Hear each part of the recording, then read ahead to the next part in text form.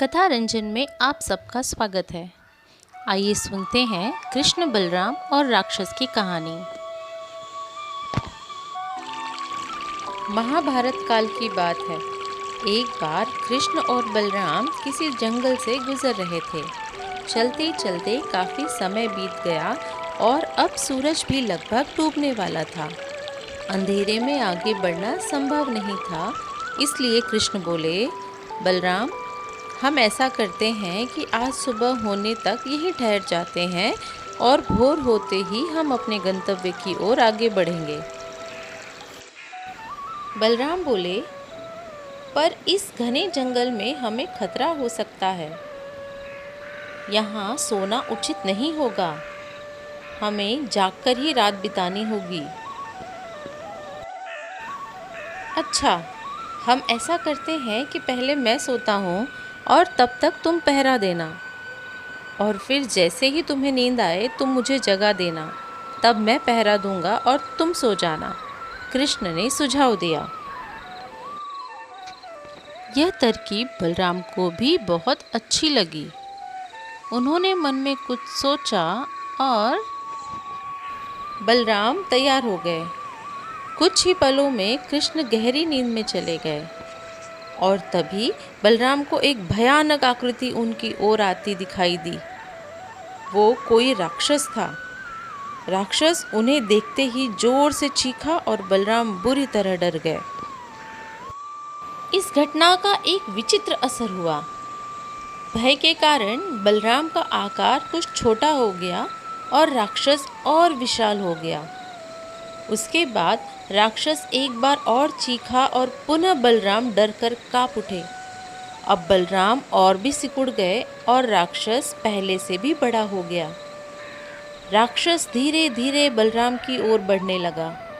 बलराम पहले से ही भयभीत थे और उस विशालकाय राक्षस को अपनी ओर आता देख जोर से चीख पड़े, कृष्णा! और चीखते ही वहां मूर्छित होकर गिर पड़े। बलराम की आवाज़ सुनकर कृष्ण उठे। बलराम को वहां देख उन्होंने सोचा कि बलराम पहरा देते देते थक गए और सोने से पहले उन्होंने आवाज़ दी। अब कृष्ण पहरा देने लगे। कुछ देर बाद वही राक्षस उनके सामने आया और जोर से चीखा। कृष्ण जरा भी नहीं घबराए और बोले, बताओ, तुम इस तरह चीख क्यों रहे हो? क्या चाहिए तुम्हें? इस बार भी कुछ विचित्र घटा। कृष्ण के साहस के कारण उनका आकार कुछ बढ़ गया और राक्षस का आकार कुछ घट गया। राक्षस को पहली बार कोई ऐसा मिला था जो उससे डरता नहीं था।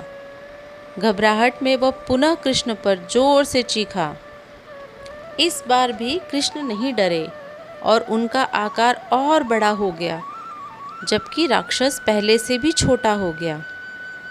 एक आखिरी प्रयास में राक्षस पूरी ताकत से चीखा, पर कृष्ण मुस्कुरा उठे और बोले, बताओ तो तुम्हें क्या चाहिए? फिर क्या था, राक्षस सिकुड़कर बिल्कुल छोटा हो गया और कृष्ण ने उसे हथेली में लेकर अपनी धोती में बांध लिया और फिर कमर में खोसकर रख लिया। कुछ ही देर में सुबह हो गई। कृष्ण ने बलराम को उठाया और आगे बढ़ने के लिए कहा। वे धीरे धीरे आगे बढ़ने लगे। तभी बलराम उत्तेजित होते हुए बोले, पता है कल रात में क्या हुआ था? एक भयानक राक्षस हमें मारने आया था। रुको रुको!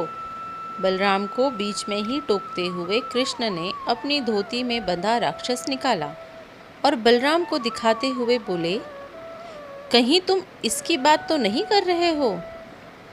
हाँ, ये तो वही है, पर कल जब मैंने इसे देखा था तो ये बहुत बड़ा था।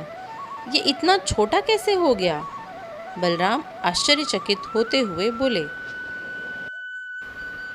कृष्ण बोले, जब जीवन में तुम किसी ऐसी चीज़ से बचने की कोशिश करते हो जिसका तुम्हें सामना करना चाहिए, तो वो तुमसे बड़ी हो जाती है और तुम पर नियंत्रण करने लगती है।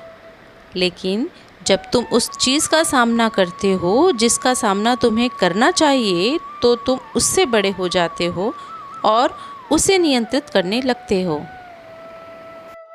दोस्तों, ये राक्षस दरअसल हमारी ज़िंदगी में आने वाली कठिनाइयाँ, विपरीत परिस्थितियाँ हैं। अगर हम इन परिस्थितियों को अनदेखा करते रहते हैं तो ये समस्याएं और भी बड़ी होती चली जाती हैं। इसलिए इन परिस्थितियों को, इन समस्याओं को कंट्रोल करना हमें आना चाहिए।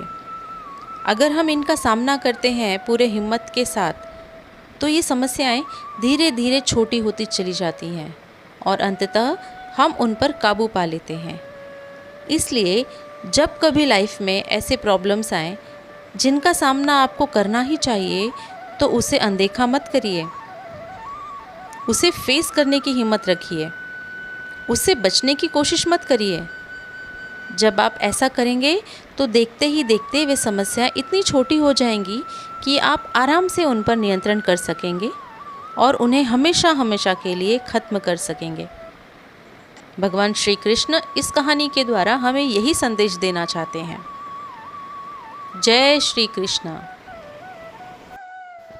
दोस्तों, कहानी पसंद आई हो तो लाइक करना ना भूलें। चैनल पर नए हैं तो सब्सक्राइब करके हमारा सहयोग करें। ऐसे ही अच्छी कहानियाँ, नई कहानियों को सुनने के लिए बेल आइकन को दबाना ना भूलें। धन्यवाद।